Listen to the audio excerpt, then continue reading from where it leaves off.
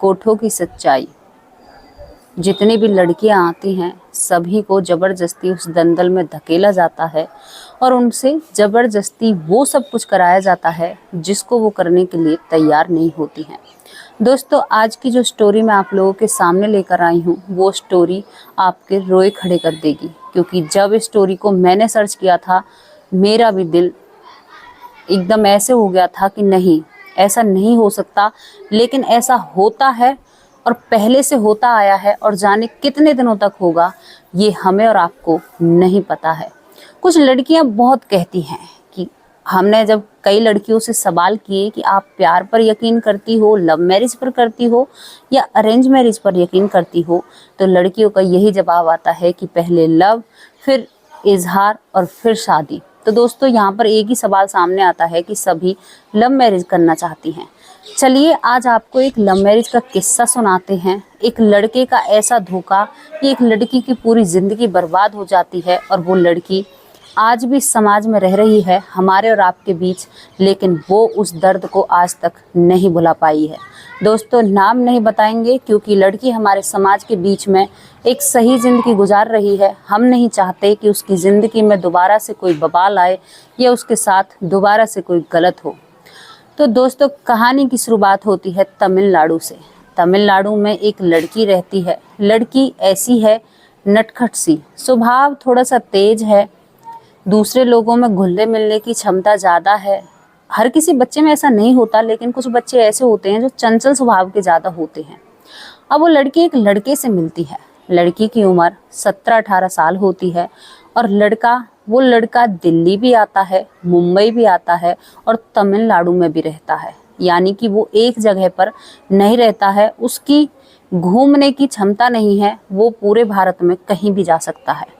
अब धीरे धीरे जब दोनों लड़की लड़कों में बातें होती हैं तो वो लड़की कहीं ना कहीं उस लड़के से इम्प्रेस हो जाती है और उसे मतलब मन ही मन पसंद करने लगती है। लड़का भी उससे पहली बार में जब 2-4 मुलाकातें होती हैं, बातचीतें बढ़ती रहती हैं। लड़की के जो माँ बाप थे वो कभी भी अपनी बेटी को रोका टोका नहीं करते हैं, लेकिन उसके पिता ने एक शर्त रख रखी थी कि बेटा आप कैसे भी ज़िंदगी गुजारो, लेकिन तुम्हारी जब शादी होगी तो वो शादी मैं तुम्हारी अपने हिसाब से करूँगा।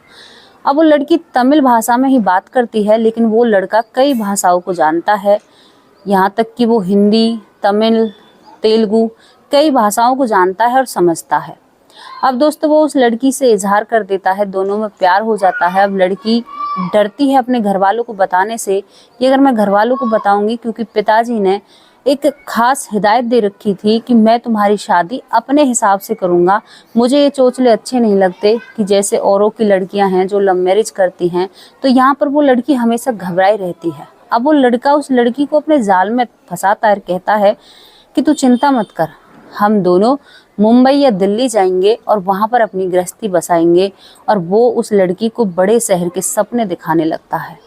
उस लड़की की आंखों में एक चमक होती है और वो भूल जाती है कि मेरे माँ बाप ने मुझसे क्या कहा है, और उस प्रेमी के संग हो लेती है। और रात को वो लड़की अपना बोरिया बिस्तरा बांध उस लड़के के साथ दिल्ली आ जाती है। दोस्तों, आप यकीन नहीं मानोगे, यहाँ से जो ज़िंदगी में उसकी में भयानक चीज़ें हुई थी ना, वो कोई भी यकीन नहीं कर सकता, लेकिन उसके साथ हुआ है। अब उसे दिल्ली लाया जाता है। दिल्ली लाकर पहले उसे एक होटल में रखा जाता है उस लड़के के ज़रिए, और वहाँ पर एक अच्छी तगड़ी मोटी सी मैडम आती है। और वो मैडम जब आती है तो उस लड़की को देखती है, तो यहाँ पर वो लड़का कहता है कि मेरी मौसी आने वाली है, तुम्हें उसका चाय पानी का इंतज़ाम करना है, होटल से ऑर्डर कर देना, मैं तुम पे फ़ोन कर दूँगा। क्योंकि वो उसे उस कमरे में छोड़कर बाहर से कुछ सामान लेने जाता है या उस मौसी को बुलाकर लाता है। अब मौसी जब आती है तो ये लड़की पहले से ही ऑर्डर कर देती है फ़ोन करके, और वहाँ पर वो चाय पानी का इंतज़ाम हो जाता है। दोस्तों, होटल वाला जो स्टाफ था वो तमिल भाषा को भी समझता था, तो वहाँ पर इस लड़की को प्रॉब्लम नहीं होती है। मौसी आकर बैठ जाती है कमरे में और इस लड़की को ऊपर से नीचे तक निहारती है। वो मौसी नहीं थी, वो दरअसल, अब हिंदी भाषा का यूज़ करूँ तो वो एक दल्ली थी मेरे हिसाब से। तो अब वो उसको निहारती है और वो राइट का साइन दे देती है कि हाँ, लड़की मुझे पसंद है। लड़की को कुछ भी नहीं पता होता। अब 2 दिन उसे होटल में रखा जाता है और फिर उसे ले जाया जाता है जीबी रोड के एक कोठे पर, दोस्तों जब कोठे पर जाती है तो उसे समझ नहीं है, उसकी भाषा कोई भी नहीं समझता, क्योंकि तमिल भाषा यहाँ पे किसी को नहीं आती। दिल्ली साइड किसी को भी तमिल भाषा इतनी ज़्यादा आती नहीं है। जो एक आधी एक्सपर्ट होंगे उन्हीं को समझ में आता है। अब वो किसी से कुछ कहे या पूछे, हिंदी भाषा उसकी समझ में नहीं आती और उसकी भाषा किसी की समझ में नहीं आती। बस उसका जो प्रेमी है, जो पति बन रहा है, उसी को उसकी भाषा समझ में आती। कोठे पर चली जाती है। लड़कियों को देखकर उसे एहसास हो जाता है कि हाँ, मैंने गलत ट्रेन पकड़ी है और गलत जगह पर आज मेरी एंट्री हो चुकी है। दोस्तों वो वहाँ पर आती है और उससे फिर वो प्रेमी कहकर जाता है कि मैं अभी आ रहा हूँ, तुम यहीं पर रहना, मेरी मौसी तुम्हारे साथ है। और वो लड़का वहाँ से 9-2-11 हो जाता है। अब वो लड़की तमिल भाषा में जो और वहाँ पर लड़कियाँ हैं उनसे बात करने की कोशिश करती है, लेकिन कोई भी उसकी भाषा नहीं समझता है और उसको एक अकेले कमरे में बंद कर दिया जाता है।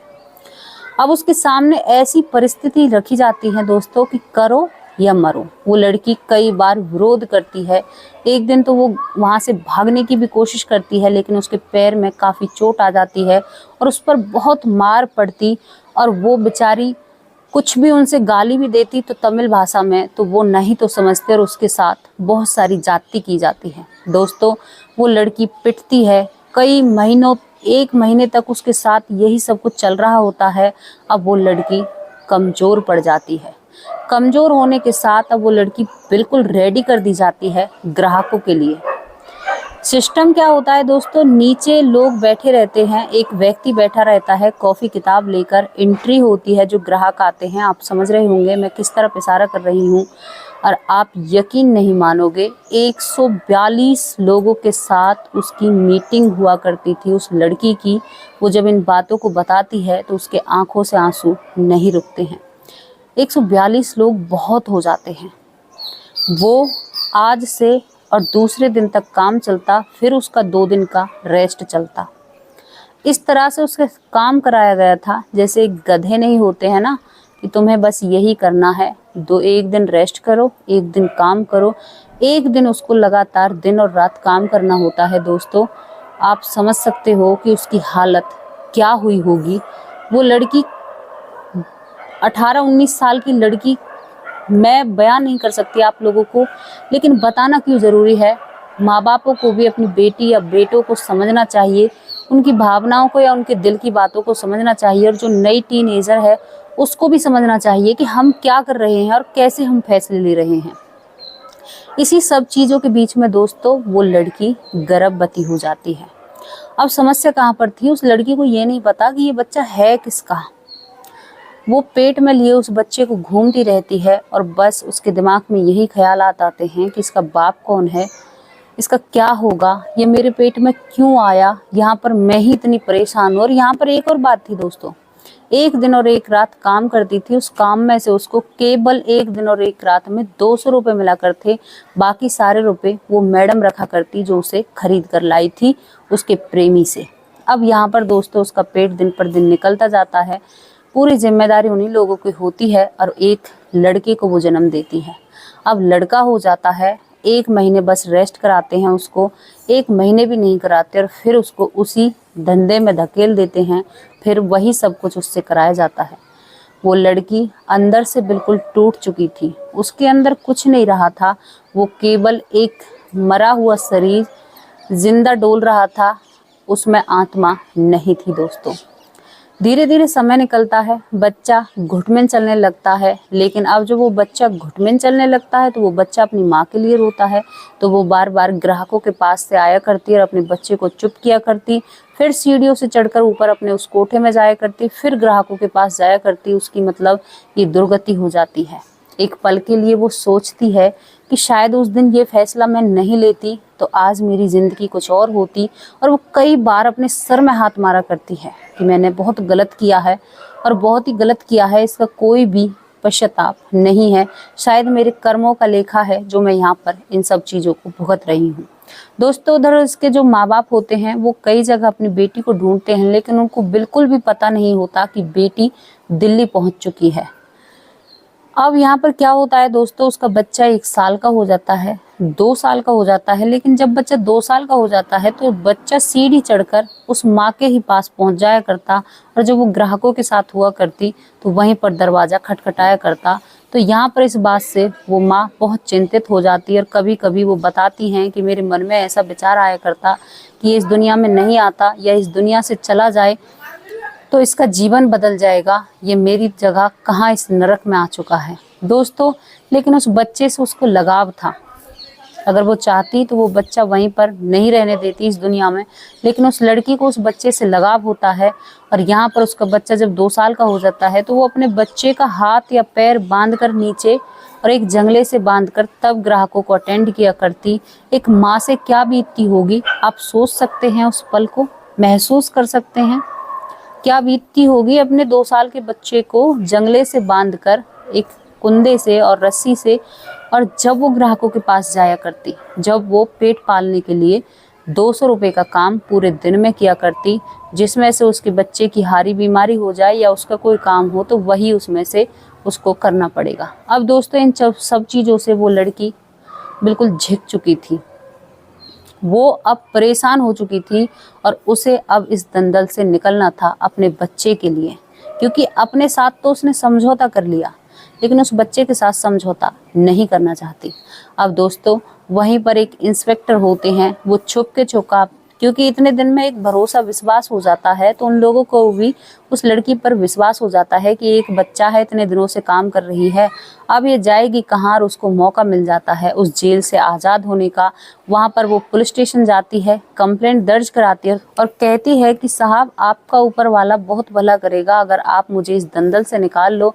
वहाँ पर पुलिस की रेड पड़ती है, उस लड़की को भी वहाँ से निकाल कर एक अच्छी जगह पर रखा जाता है। अब वो लड़की मेहनत मजदूरी भले ही करती है, लेकिन अब अपने बच्चे को वो एक अच्छे स्कूल में शिक्षा दिला रही है। और यहाँ पर दोस्तों वो यूट्यूबर भी बन चुकी है, लेकिन हम उनका नाम नहीं ले सकते, आपसे फिर भी कह रहे हैं उनका नाम हम नहीं ले सकते। यहाँ पर एक सादा और सिंपल ज़िंदगी जी रही है, लेकिन वो कहती हैं कि वो पल बहुत कठिन था जो पल हमने गुजारा है। तो यहाँ पर वो लड़की रिक्वेस्ट करती है तमिलनाडु की, क्योंकि वो धीरे धीरे यहाँ के हिंदी भी सीख लेती है। हिंदी सीखने के बाद पुलिस वालों को, अब तो वो बहुत फर्राटे की हिंदी बोलती है, काफ़ी समय उनको यहाँ पर हो गया है, और यहाँ पर वो एक अच्छी लाइफ जीने लगती है। कुछ शब्द उसने उन लड़कियों के लिए कहे हैं जो लड़कियां कहती हैं कि हमें लव मैरिज पर यकीन है। दोस्तों यकीन तो हमें किसी पर भी नहीं करना चाहिए, या लव मैरिज हो या अरेंज मैरिज हो। पहले रिश्तों को समझो, उस आदमी को परखो या उस औरत को परखो जिसके साथ आप अपनी ज़िंदगी बिताने वाले हैं, तब आगे कोई फैसला लेना, उसके बारे में डिटेल निकालना बहुत ज़रूरी है। समाज की कड़वी सच्चाई है, लेकिन कुछ लोग इन बातों पर यकीन नहीं करते, लेकिन ये बिल्कुल एक सच बात है। और यहाँ पर एक कड़वी सच्चाई ना, अब आप एक बात बताओ, जो 142 या 40 लोग कस्टमर बनकर आया करते थे उस लड़की के, वो कहीं ऊपर से तो उतर कर आए नहीं हैं, इसी समाज के हैं और हमारे और आपके बीच से हैं, लेकिन वो रात को ये काम करते हैं और दिन को अपना कॉलर ऊंचा कर कर समाज में बड़े ही इज्जतदार बनकर घूमते हैं। दोस्तों ये सच्चाई है, इसे स्वीकार करना होगा। कैसी लगी आपको ये स्टोरी, आप अपनी राय ज़रूर कमेंट बॉक्स में रख सकते हो। आपकी जो भी राय है अपनी राय कमेंट बॉक्स में प्लीज़ छोड़ा कीजिए, उनसे हमें थोड़ी सी हिम्मत मिलती है और विश्वास होता है कि हाँ हम भी कुछ अच्छा काम कर रहे हैं। नेक्स्ट मिलेंगे किसी स्टोरी में या किसी वीडियो में। नमस्कार, जय हिंद, जय भारत।